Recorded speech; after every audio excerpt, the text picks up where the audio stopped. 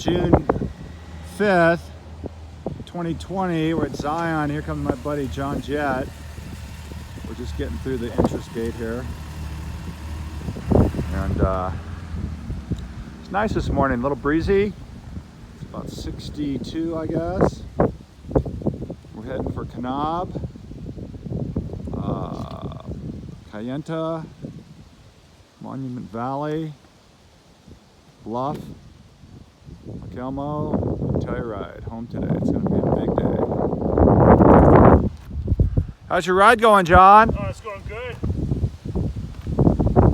Well, I do have to, just looking to see if I can stash my helmet and go lidless here through the park. All right, have fun.